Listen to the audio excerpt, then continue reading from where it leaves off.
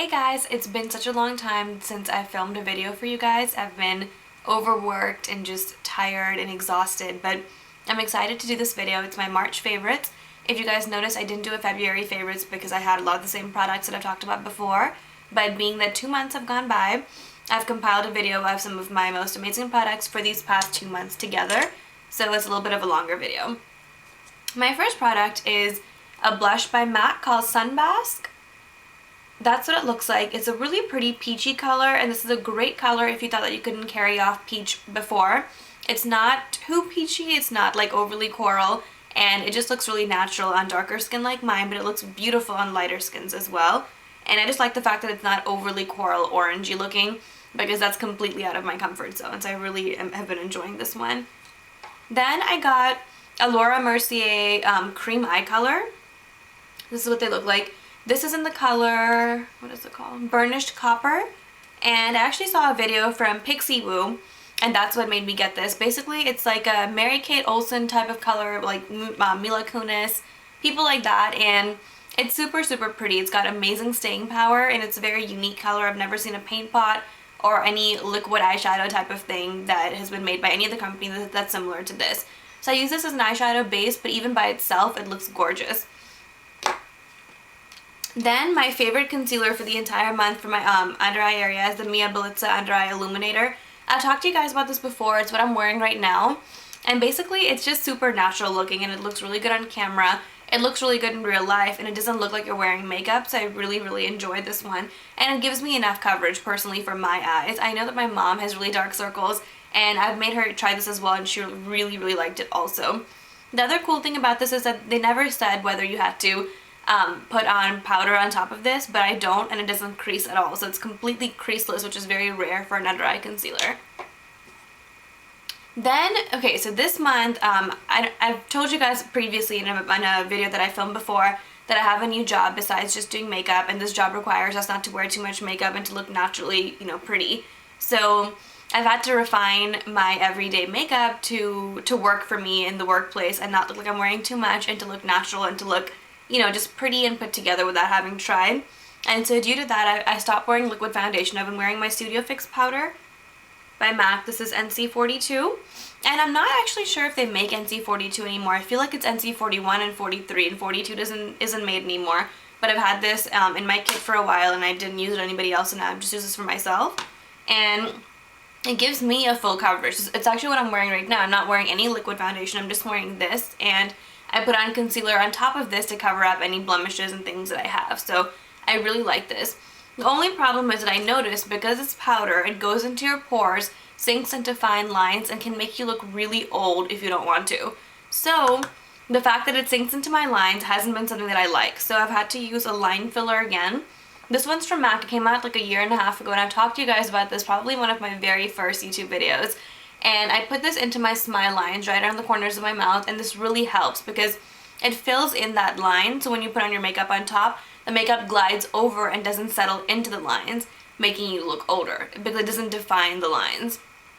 So this is what I use every single day in these lines. You can also use it around your eye area if you've got crow's feet, any sort of lines, wrinkles that you might have in your face that you don't want to accentuate.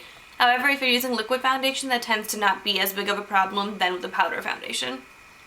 Then I also have bigger pores around my nose and the sides of my nose, and I've talked to you guys about this before as well. So I've been using the MAC Skin Refined T-Zone treatment. It says that it's a treatment, but I really don't think that it shrinks your pores over time. I think that it's instant gratification. So I put this on below my foundation and on top of my moisturizer. So I'll moisturize, wash my face, moisturize, then put on my primer, and then put this on just in the areas that I have big pores, and then put on my foundation, and it looks really good. It basically minimizes the look of pores. Actually, my pores almost disappear with this. I really like that. Then on the days that I'm really, really tired and need a super, super lift of under eye concealer, then I use my MAC Pro Longwear. Amazing product, does not crease, looks amazing in pictures, and really, really brightens my under eye area. Oops. But this looks like makeup. So if you're wearing this, expect to let people know that you are wearing makeup. It's not going to look so natural, which is why I don't wear it as much, but sometimes you're really tired and your eyes just look super dark and saggy, and in order for that not to happen and not to show through, I use this. This is just as good, it's just a lot more natural, and I feel like it doesn't cover as much, but it kind of depends on your preference. Maybe it's just a mood thing. When I feel like I don't look as good, I want to use this. When I feel like I look normal, then I use this. But I'm sure this one would do as good of a job if I layered it a little bit more. Then, on top of my powder foundation, the only concealer that I found to work really, really well on blemishes and look amazing is my Eve Pearl Salmon Concealer. This is in the color Tan, and I take this and I take a 224 by MAC, which is just like this, dip it in the tiniest amount and just put it on top of little blemishes, little dark spots that I have on my face. And this is really good to cover up pigmentation around your chin. If you haven't checked out my video about how to cover up hyperpigmentation and just help with darker areas in your face, check that out, because I do have those issues and there are a few tricks in that video that might be really helpful to you.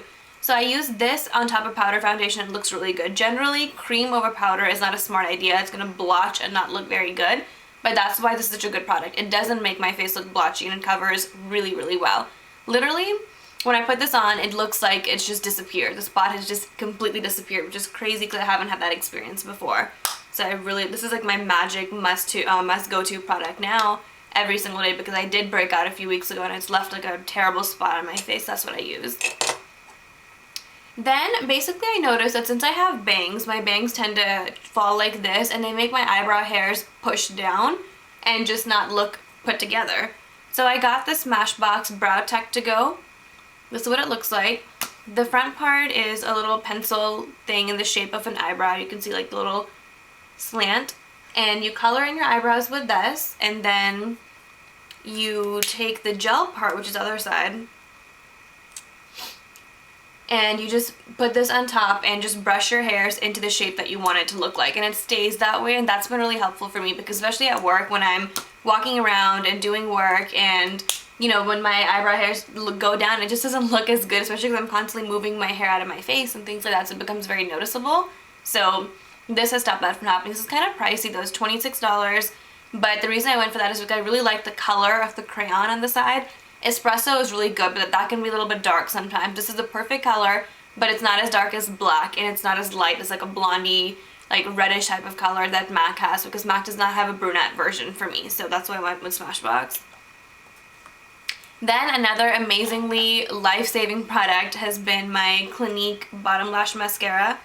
Tiny little tube, little tiny wand, but that's what you need when you're trying to do your lower lash line, you're trying to do your lower lashes, because for me at least, I don't have gigantic eyes, so therefore, I don't have that much space to work with.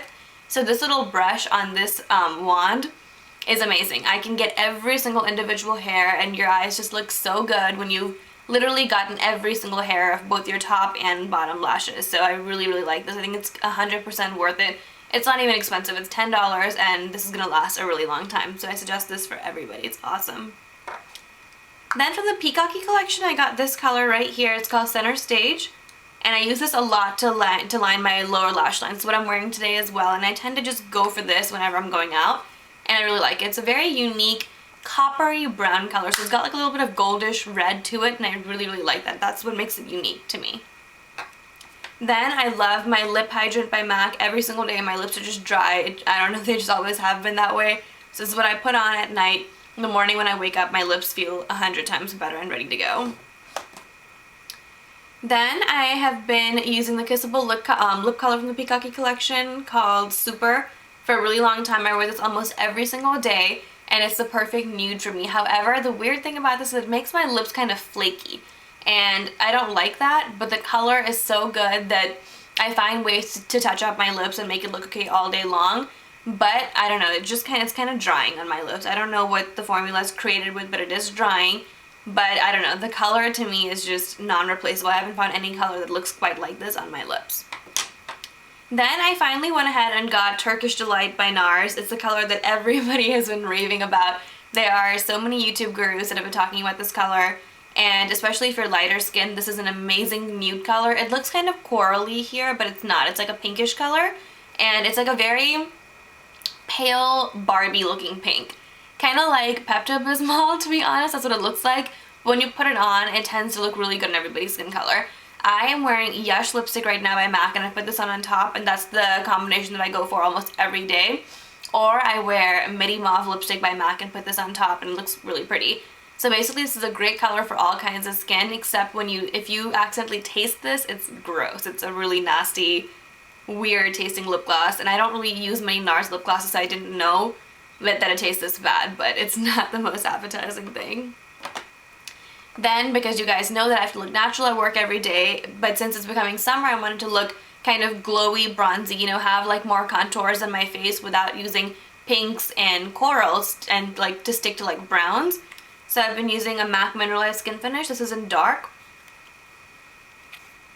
And you can see like it's a lot darker than my skin color, but I actually use this just to contour a little bit, not much at all, just a little bit up here, and I go up through my temples to add a little bit of color and to add like a little bit more of a goldy bronze dimension to my face. And then I use the Soft Meow Mineralized Blush, also by MAC.